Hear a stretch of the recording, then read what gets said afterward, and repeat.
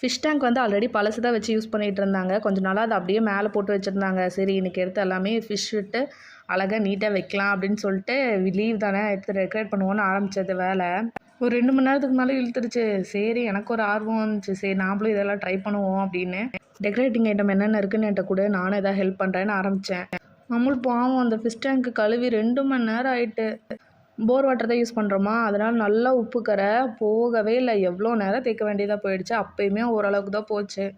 அப்புறம் நானும் ஹெல்ப் பண்ணுறவான்னு சொல்லிவிட்டு 2 பேரும் சேர்ந்து பண்ணிகிட்டு இருந்தோம். ஃபிஷ் டேங்க் க்ளீன் பண்ணும்போதெல்லாம் ஆர்வமே இல்லை. டெக்கரேட் பண்ணுறோன்னு சொல்லிட்டு அதெல்லாம் எடுத்து வைக்கும்போது தான் நல்லா இன்ட்ரெஸ்ட்டாக இருந்துச்சு. மீன் விட்டு அதுக்கப்புறம் அவுட்புட் எப்படி இருக்கும் அப்படின்னு சொல்லி பார்க்கவே நல்லா ஆர்வமாக இருந்துச்சு.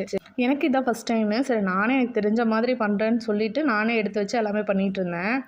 இந்த ஃபிஷ் டேங்க்கில் தண்ணி கொண்டு வந்து ஊற்றி ஃபில் பண்ணுறேன்னு இந்த கேன் இருக்கும்ல, அந்த தண்ணி கேனில் வாட்டரை ஃபில் பண்ணிட்டு தூக்க முடியாது தூக்கிட்டு வந்து ஊற்றி கொஞ்சம் இல்லை சல்லியாக நொறுங்கி இருக்கும். ஏதோ தப்பிச்சுக்கிச்சு. இந்த டேங்க் க்ளீன் பண்ணுறேன்னு வேறு பக்கெட்டில் மாற்றி விட்டோமா, அதுலேருந்து பாவம் ஃபிஷ் எல்லாம் பயந்துட்டு ஃபுட்டு போட்டோமா, அது கூட எடுத்துக்கவே இல்லை. இதில் என்னென்ன ஃபிஷ் இருக்குது அப்படின்னா, இதில் டெட்ரா, ரெட் மௌலி, கப்பீஸ் இது தான் இருக்குது. பாவம் மதியத்துக்கு மேலேயாச்சும் ஃபுட் எடுத்துக்கும்னு நினைக்கிறேன்.